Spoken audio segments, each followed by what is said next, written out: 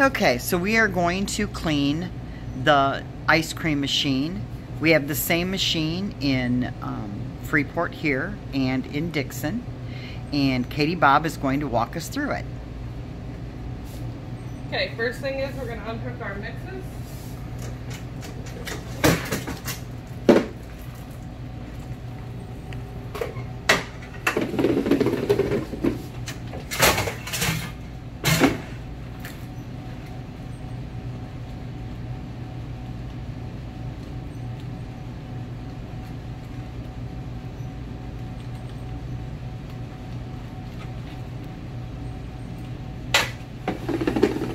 Oh. Pull up our drip tray.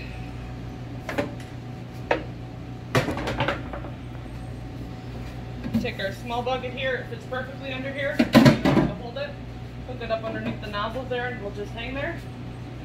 On your panel here, you're going to hit the first and third button. It turns clean on. From there, you're going to hit all 4 buttons to turn your pumps on and your beaters on. And then you open up your nozzles, and we're going to get most of the mix out that's in the barrels as well as in the tubing before we hook our water up. It makes it go a little faster when we drain it.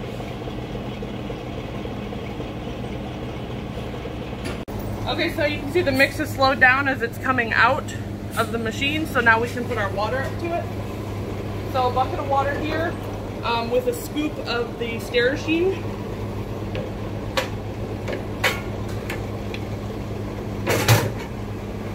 I lift it up inside and put it on the rack there, that way the hoses get to the bottom.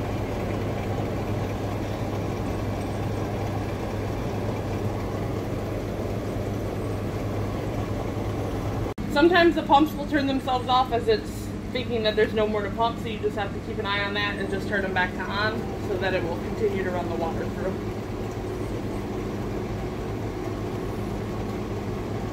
Alright, as this starts to get full, I'm going to turn these off.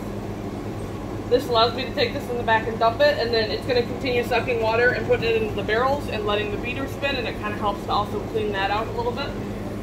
So depending how long you took, the beaters might have turned off again. That means that the barrels are full. Right now the water is just kind of slushing around. So I'm going to open these back up. Be careful because they do spray.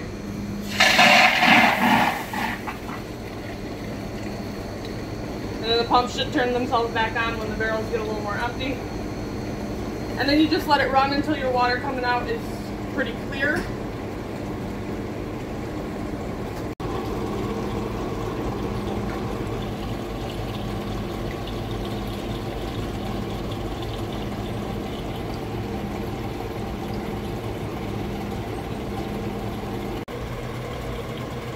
Okay, so you just look to see when most of the water has stopped coming out of the nozzles, and then you can hit your power buttons that are on the plate here.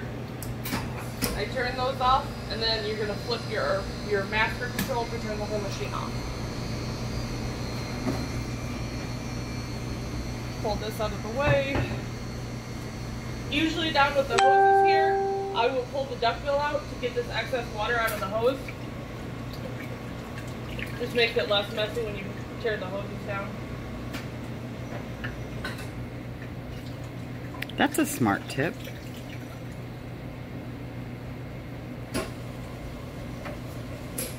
Okay, and then from here we're going to tear the machine apart. Okay, so these little things you just push up and pull out, push up and pull out. I usually put all my pieces in my bucket of water that I have left, and then it allows it to kind of soak a little before I get it back to the sink. Next is your 2 knobs here. Just unscrew off.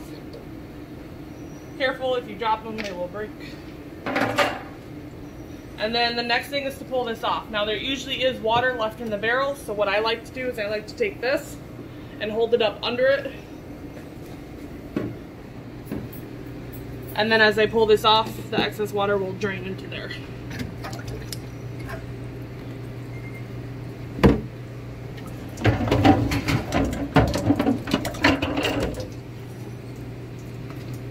Pull this piece off, and then you pull your whole beater shaft out.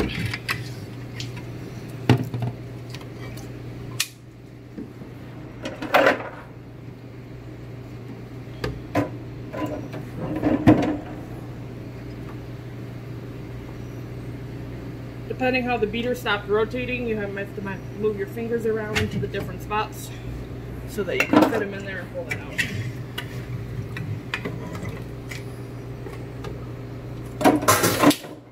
Oops.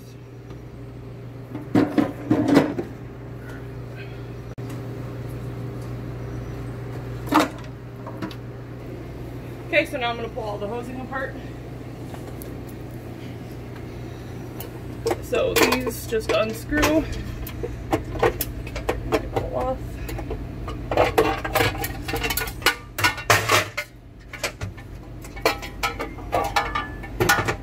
And then you unscrew this black one here at the bottom. You don't want to unscrew it all the way,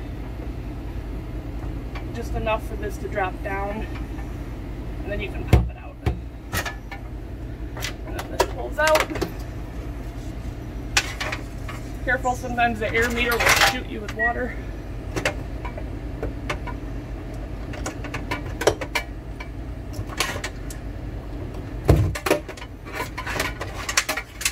And then these hoses here unscrew from up top. There might be some excess water that falls down. That's usually why I keep the tray down there to collect it. And then I usually just take the whole tray out and I take it in the back with my other pieces to be washed.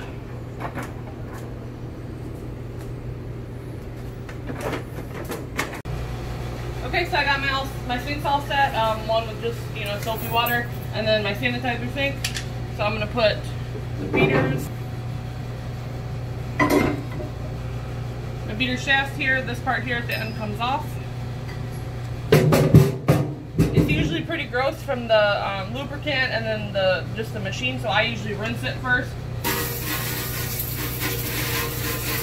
And then there's an O-ring in there that needs to come out. So you use your little tool here and then pop it out. Same thing with the other one here.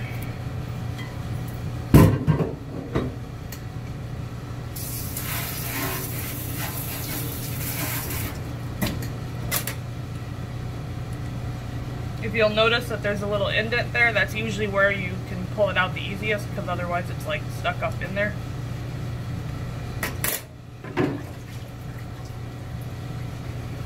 Okay, I got my faceplate here. These pieces come out the top. The main O-rings there get popped off. And then you got to pull out each of the nozzles.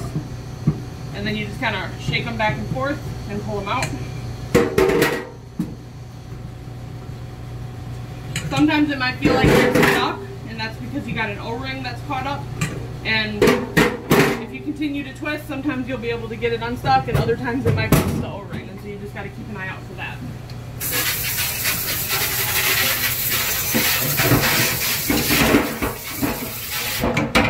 And then so each of your nozzles, your O-rings come off. I usually start at like the top or the part closest to me, and then work your way down. That way you don't get stuck in the indents from the other ones.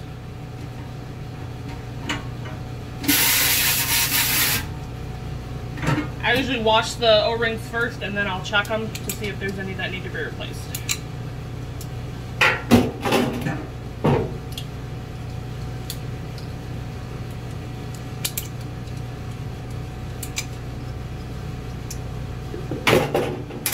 Okay, the rest of the bucket I will just dump into the middle sink here, because you have that excess water.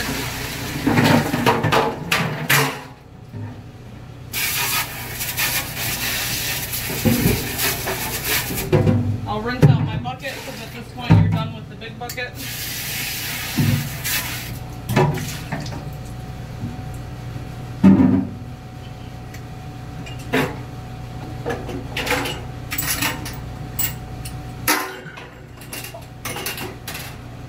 Usually I wash all these parts first, and then I'll move on to my tubing. With this, you want to make sure you get the end here. Like I was saying, you'll notice like it's got the black from the lubricant and whatnot. So you want to get the indents and stuff.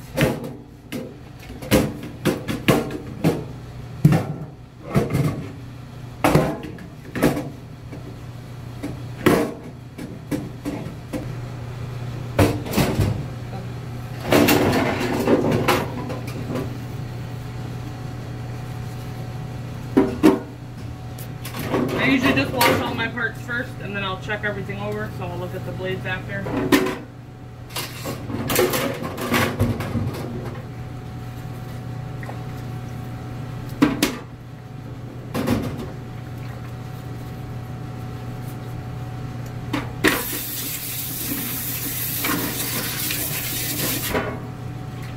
Spray them off and then I put them in the sanitizer.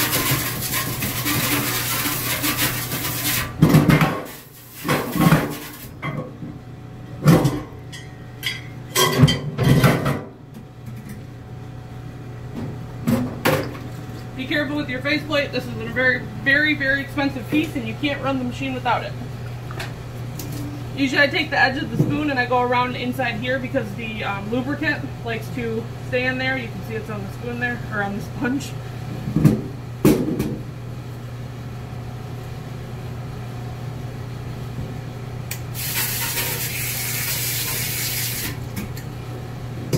Take my sponge and I get up in the holes here.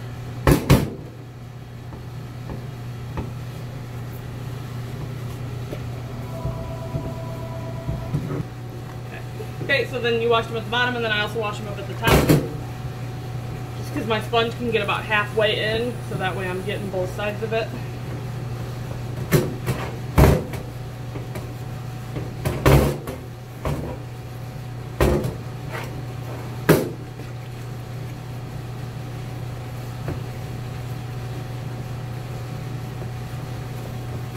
And these little holes here, I have a little brush here that I use.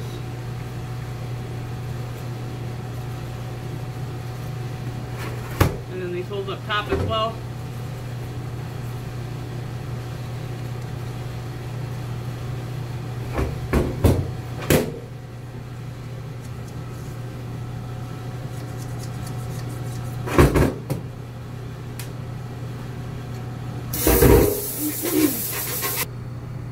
So I'll spray it off to make sure I got everything clean. If there's anything I missed, I can go back over.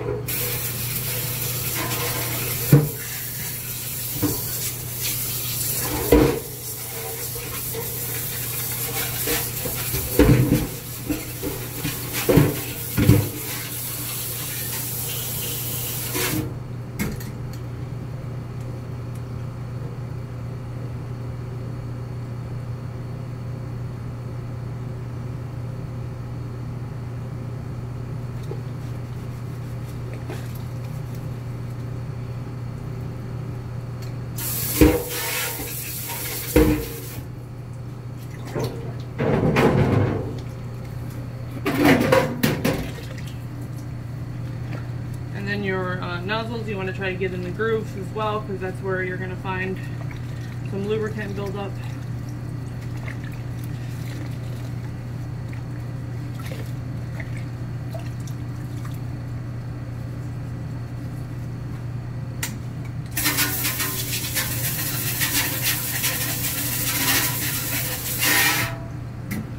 And then I usually just kind of use my finger in that part there. The sponge doesn't fit down in there. Be careful if you try to spray water into this end, because it'll come shooting out the hole at you.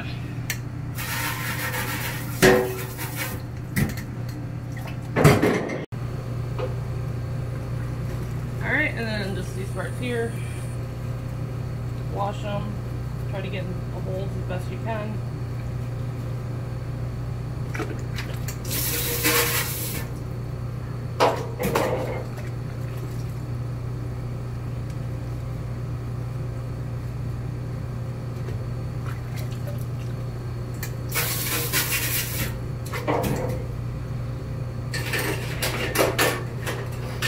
Okay, this is that part earlier I was telling you about. It gets pretty gross. You can kind of see there's that's still on there. That's because that's grease, and so it's not going to come off unless you scrub it off. You want to get the corner and get it in there, spin it around.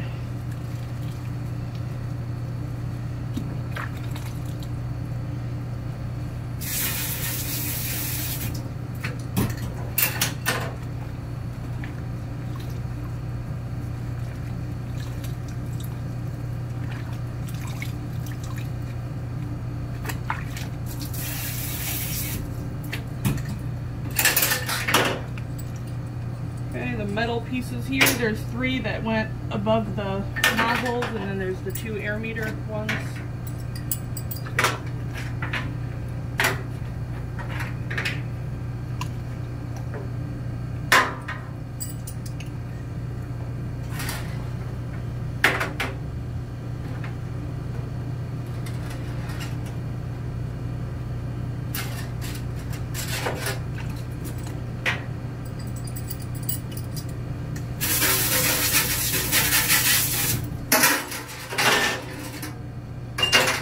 Got your 2 knobs. Usually I just spray those off. And then your O-rings. You have 2 of the big ones. I usually take the sponge, just run them through to make sure I get all that lubricant off from the last time.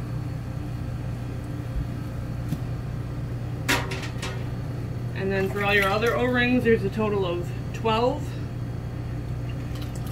There's 10 for your nozzles, and then there's 2 for the seal at the end of the beater shaft. So I always usually count to make sure I have them all.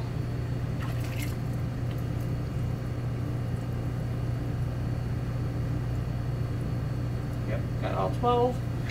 So then I'll just run the sponge over them. I usually kind of just put them on my thumb like that so I don't lose them. And then I'll spray them off.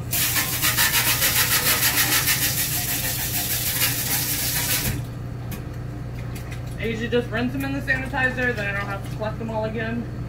And then I'll set them up there.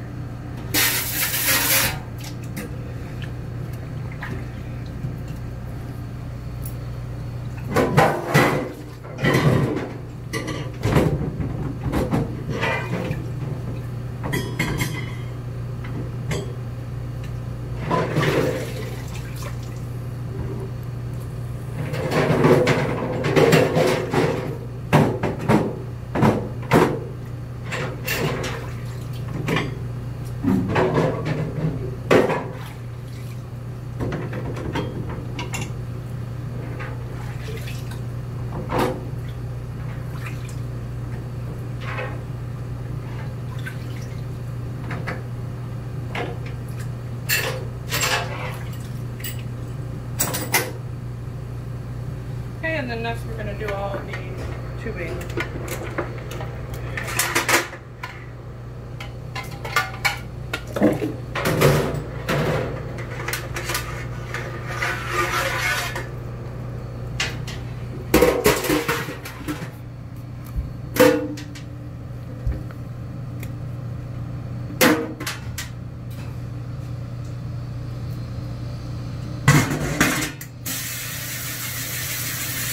This tray here usually gets a lot of ice cream buildup on it, so I'll just spray it off a little bit and then I'll let it soak in the sink.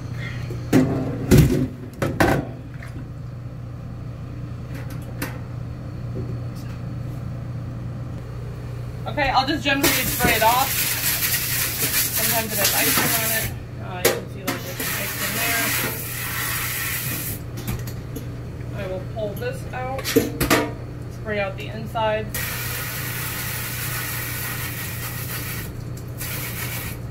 Blow on it to make sure it's clear. When you see the water stream shoot out, then you're good. This piece here, you can see there's chocolate in there. It gets ice cream buildup. Usually spraying out will get it, but sometimes you have to use your brush.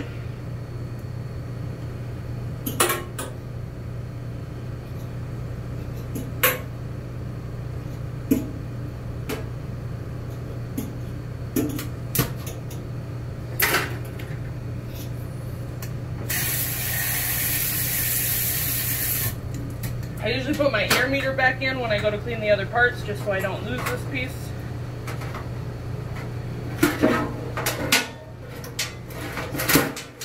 I can see there's some ice cream buildup there, so I'm going to go ahead and pull this part off and clean that.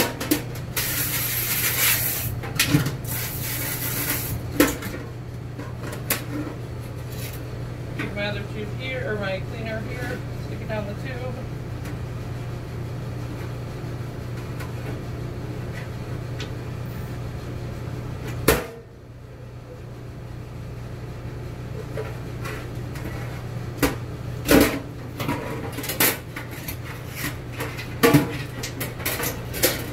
I usually like to reattach them before I pull anything else apart.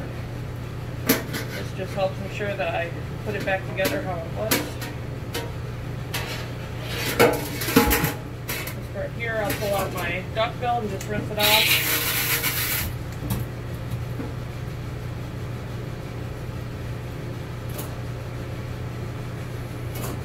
Right here, see, you can see that it's built up there, so it's good to pull that out and clean it.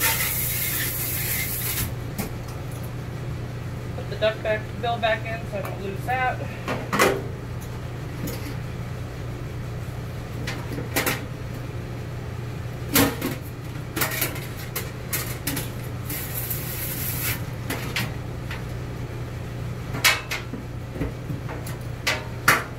Usually the other part of the hose doesn't have much stuck into it. It looks pretty clear. And then I usually pick it up and try to make sure all the water, the majority of it, is out. You can see this is spraying water because it's got water in it, so tilt it so that it gets out at the end there. And then I'll put that piece back on.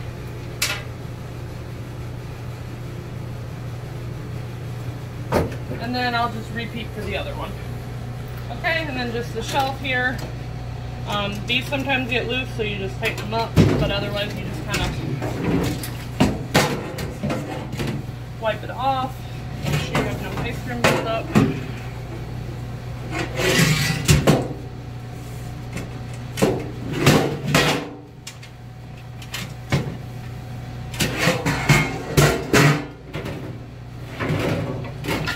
Same with these.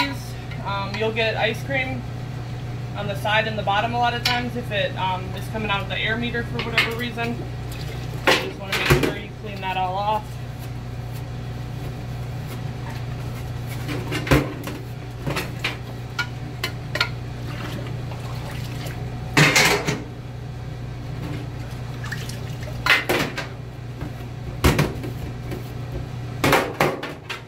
Has it as well.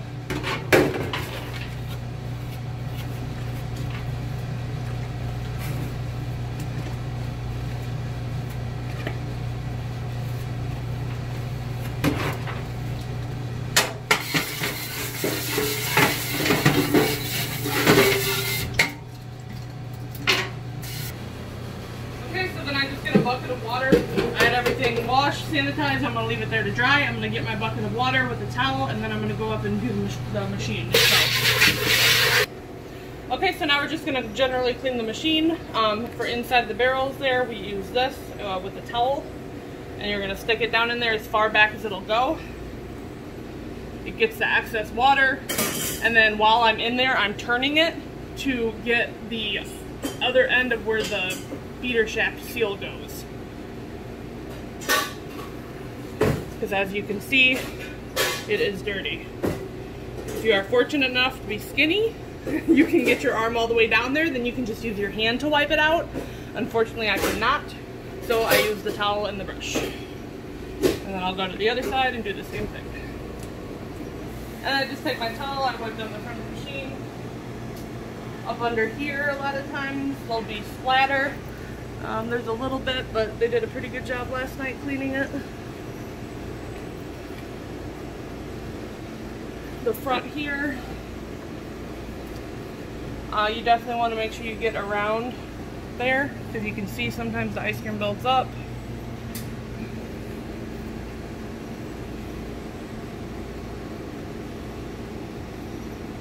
Especially in between the thing and then the side.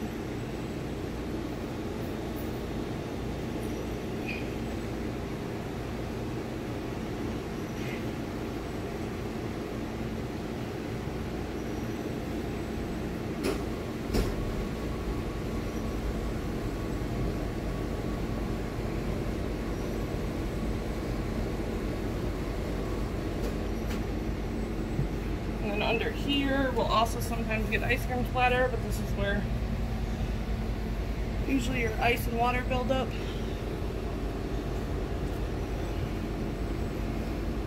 You want to definitely make sure you get above there, right in there. You can see that the ice cream likes to build up, and usually your fingers don't fit there.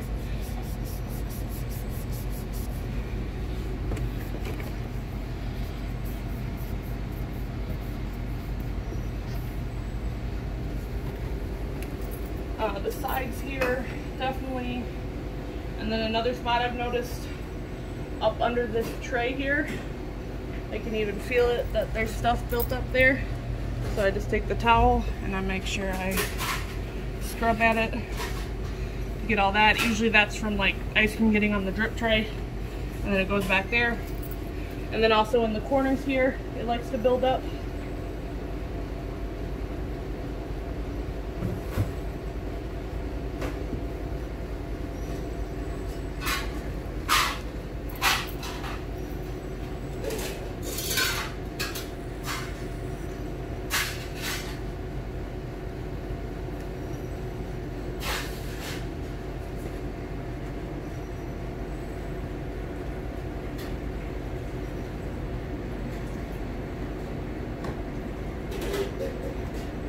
Next I'll go to my door. The seal. This is a red book job. It's supposed to be done during the week. It doesn't always get done, so it depends how well it's been maintained. But when you pull this out, you want to make sure it's pretty clean. You can see there's some in the corner there where it likes to collect. And that's usually from the ice cream falling with the door shut and there's no drip tray here. So we always try to make sure that we have a towel there. But I'll usually go around, if it's not too bad, I'll just go around with my towel and wipe it out. If it's got a bad buildup, then you have to take it back to the sink sometimes.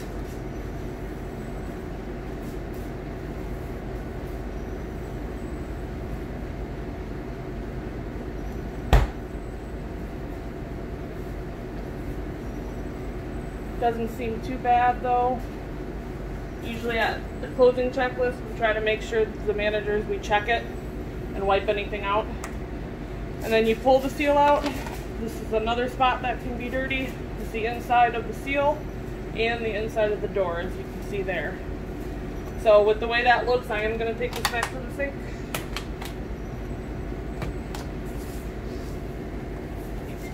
And so for this, the best thing that I found is Q-tips. It's really hard to get a towel in there. So I use Q-tips. I first point it down. So you can see it gets pretty gross in there. You don't use the other side? I do. I don't know why I didn't on that one. Dang it. Sorry. It's alright. So point it down until it comes up pretty decent.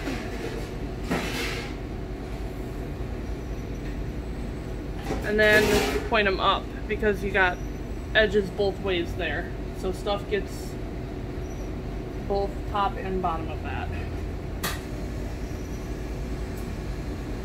Usually the worst one is up top. I still will go around and check the side and the bottom, but usually where it's the worst is up on the top, because like I said, that's where the ice cream will fall when you don't have a drip tray.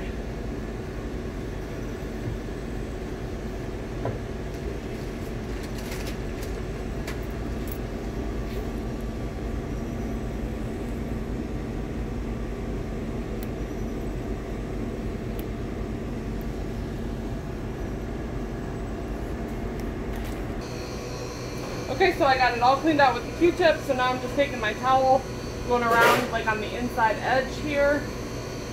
Even that'll get some buildup.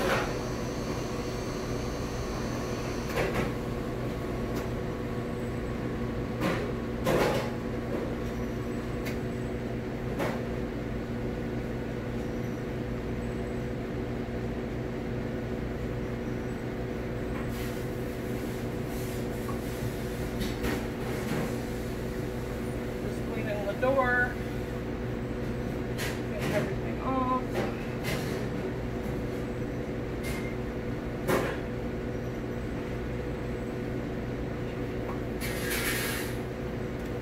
bottom too. You definitely want to make sure. Yeah.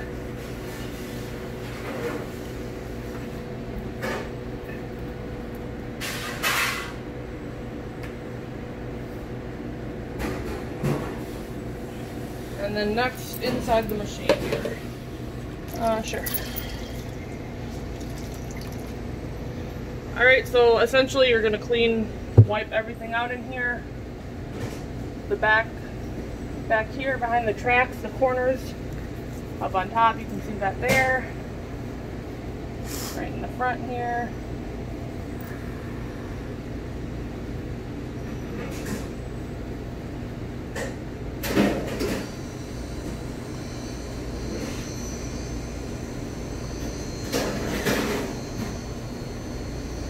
You can see I have chocolate that's dripped down. That came from the air meter, for at some point it decided to do that, so you definitely want to get that off.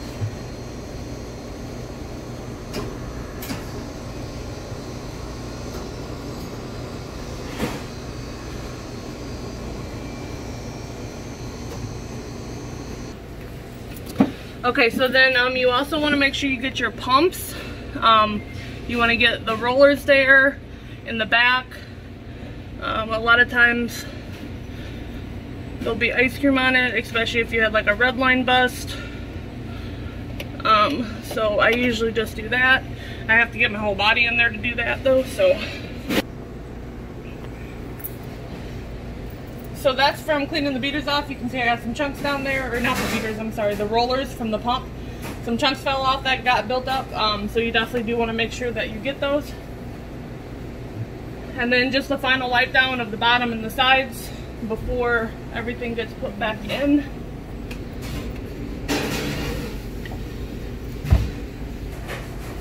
We have a strange leaking out of our machine and we don't even know where that came from.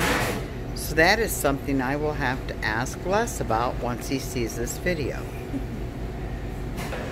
Okay, so I got my seal all washed. I'm going to put it back on the door. The door is not a square, it is a rectangle, so you will need to make sure you find the right size to go. And then I use my thumb and then my fingers on the back here, and you just push it so you get that part back in the door.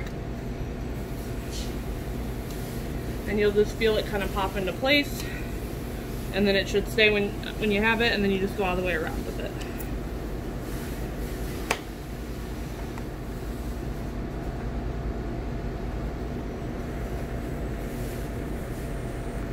So frustrating. There we go. Alright, so now I'm going to put all of the tubing pump parts back together first. I have my two face plates, pump covers,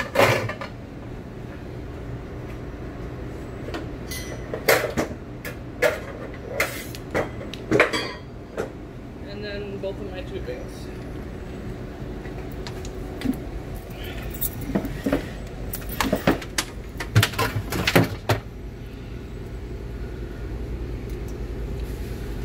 I'm gonna look at the red line.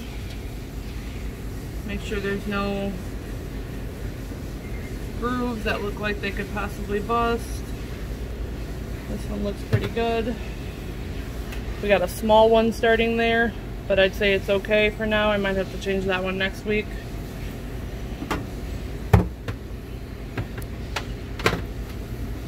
Alright, so have it like this.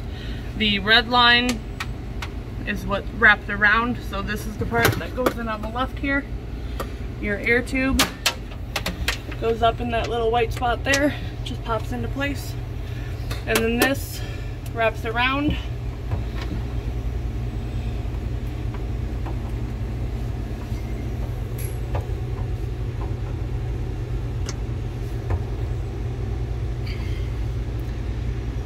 And then pops in right there.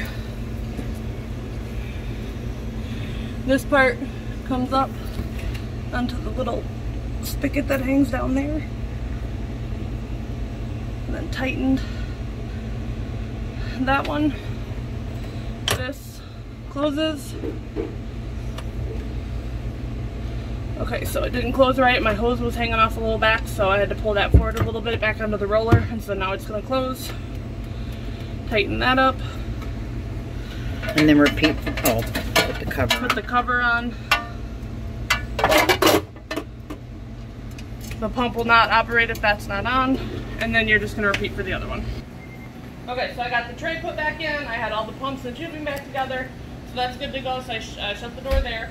I have all my parts laid out to put the internal stuff back together, but what I do first is I turn the machine on with the master switch, and then I hit the top arrow that says cabinet on, and that's going to turn my cabinet on, because right now it says my cabinet's 62 degrees from having it open and cleaning it, of course. So I turn the cabinet on while I put all this back together, so that way it's back to cold when I want to put my mix back in. And then I don't have a cabinet refrigeration temp error go. So I usually lay all my parts out on the counter. I'm going to check my blades. They should be good because I just changed them 2 weeks ago. But there's a little separation, but they're not bad.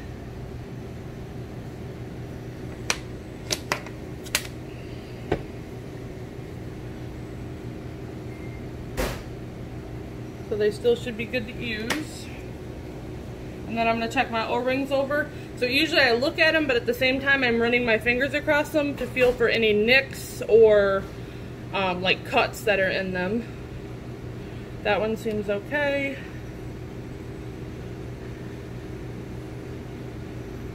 That one's good.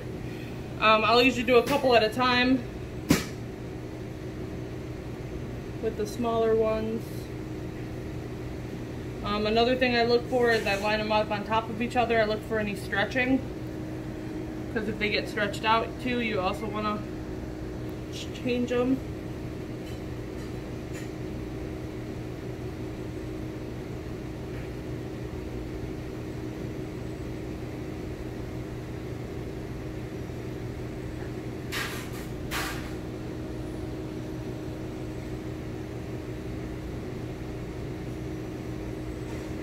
Pretty much look all good. I believe I did just change these 2 weeks ago. To know for sure, is that in the green book? Oh, this one does have a small nick in it, so I don't know if you can see that. There's a little yep, we see it there. So I would go ahead and, it would probably be okay for another time, but these are usually cheap enough. I would just go ahead and change that out so we don't have any issues with it. So this one I'm going to set to the side so then I can replace it with another one. And then these are good. I believe on our green book, we're supposed to change these once a month, but I did already change these. So those are gonna be good. So I'm gonna go grab another O-ring. Okay.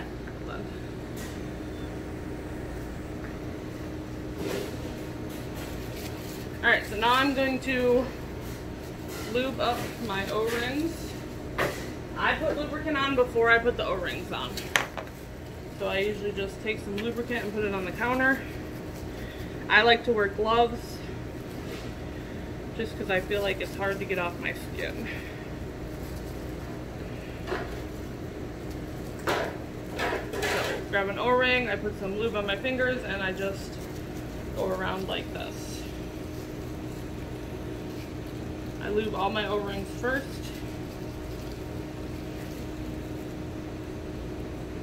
I usually just lube these in the sets that they use, so when they go on the nozzles, the two outside ones get 3 each and the middle one gets 4, so I'll just lube them as a group. And then I'll separate them as I'm holding them.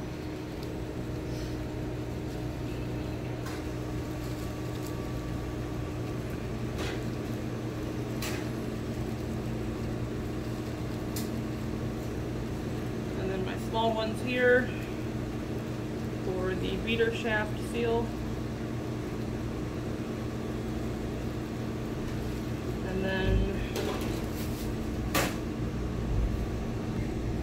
And then this piece here,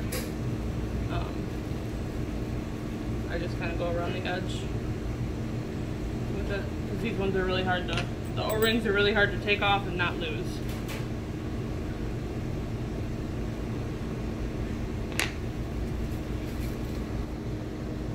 So usually I do to both machines at one time, so I did put a little bit too much lube down.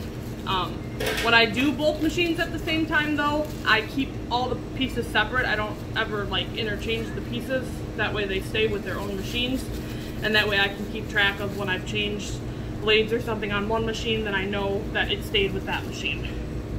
Alright, and then you need your piece again for the O-rings. And then I put these big ones on first. So you just pop them around the side there.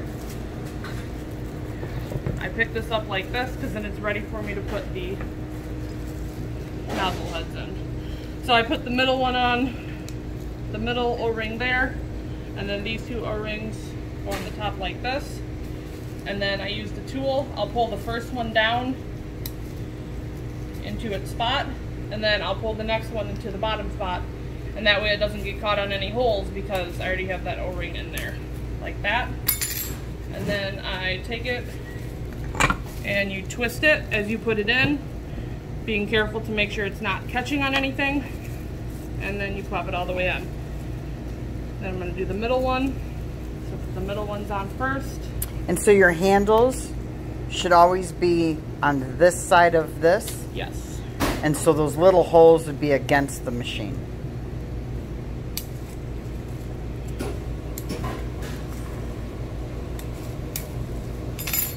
Okay, then do this one, wiggle it in. And then my last one.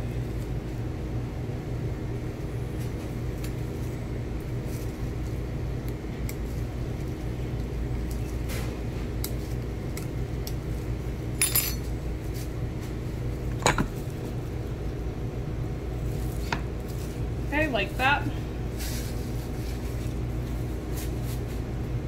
I usually try to remember to put these in right away because if you forget and you get the faceplate on the machine, you're gonna have to take it back off to put these back in. So those just go in the holes there, like that. Your two seals, get the small O-rings. I usually hold it the white side up, and I put my first end in that little opening that I had showed you earlier, and then you just kind of use your fingers to squeeze it into place.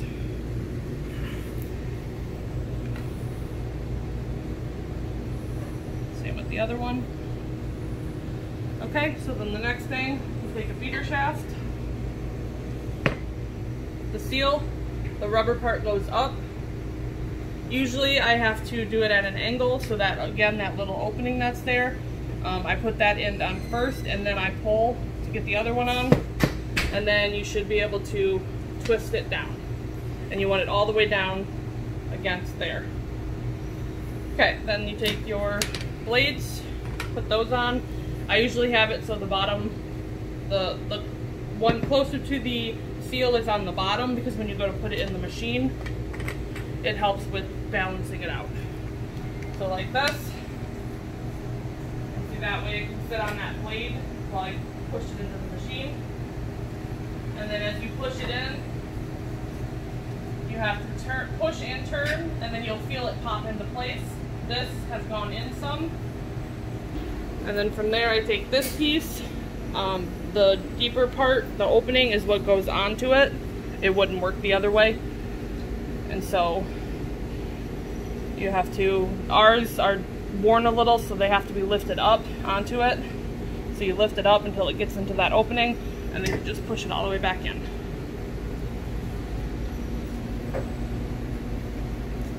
Okay, so again, the seal, put it on. I usually just twist it, it'll go down. The upper blade is on the bottom. You can do it the other way, but it just works better for me this way.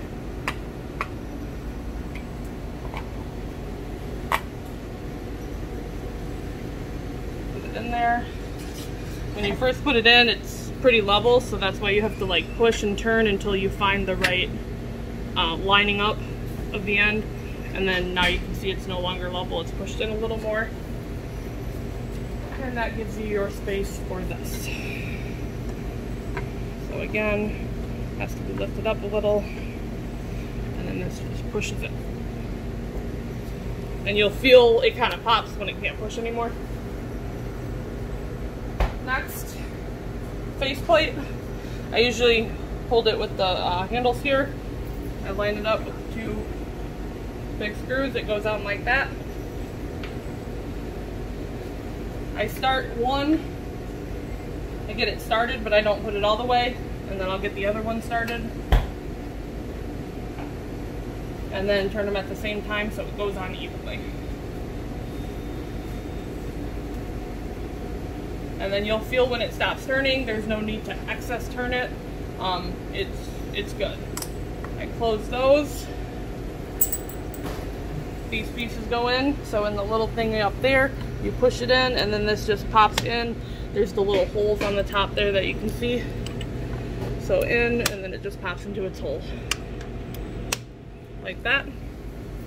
And then the next would be to get the mix running back through. So now I'm just going to hook my bags back up. When you hook them up, you want to push down so you can mix. That helps keep the air out of the bag.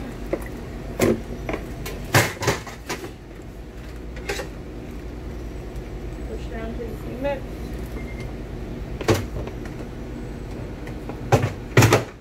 And then I just push the hose into the bag to make sure we're not sucking the side of the bag. I'll leave that open for a minute. Put my bucket back up here. And then I'm going to hit, again, the first and third buttons. It has the little spigot there. That means clean. So first and third. And I don't want to turn the beater on. I only want to turn the pump on. So second and fourth is turning your 2 pumps on. And then I open these up. A lot of times we'll check down here and make sure everything looks good. I can see the mix running through the lines. I don't see anything leaking out anywhere, so then I'll just shut this door.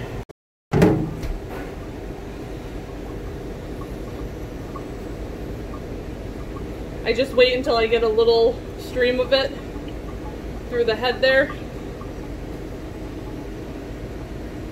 So I'll turn that one off. And then I'm going to move here. So then okay, the chocolate's got a little stream too, so I'm going to turn that off. So then now I take my bucket and tip it towards the back, and I'm holding it up because now I'm going to pull out these little air tubes. You heard that little air go? So now I pull those, and now I wait until I get a steady stream coming out of the little 2 air holes that are down there. Sometimes this can take a few minutes. It takes longer than others sometimes, I'm not sure why.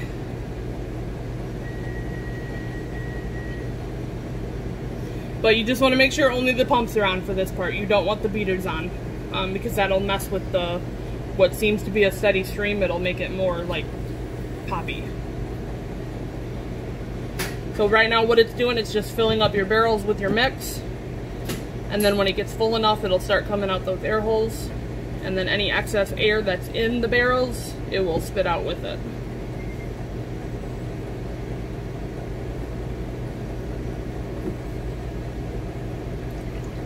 There we go. So you see it's a little Poppy at first. That's just the excess air coming out.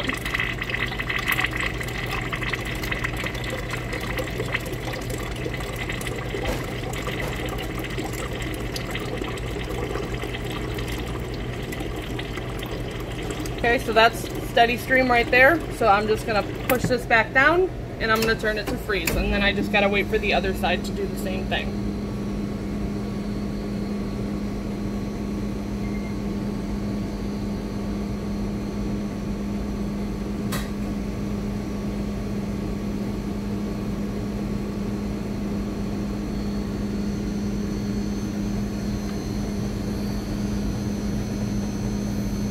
I don't know why sometimes one side takes longer than the other. I'm really not sure. There we go.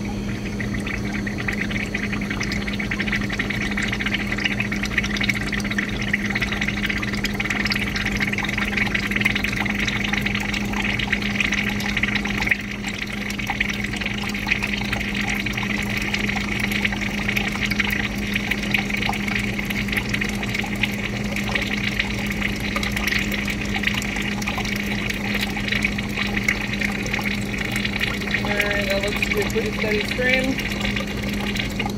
So shut it. hit the snowflake to turn it to freeze. And then I'm gonna put my drip tray down right away so I don't get any dripping message, and then I'll usually take my towel and wipe this up because the chocolate kind of splattered, if you can see that. And then after that, I usually check my tube here with the big long one.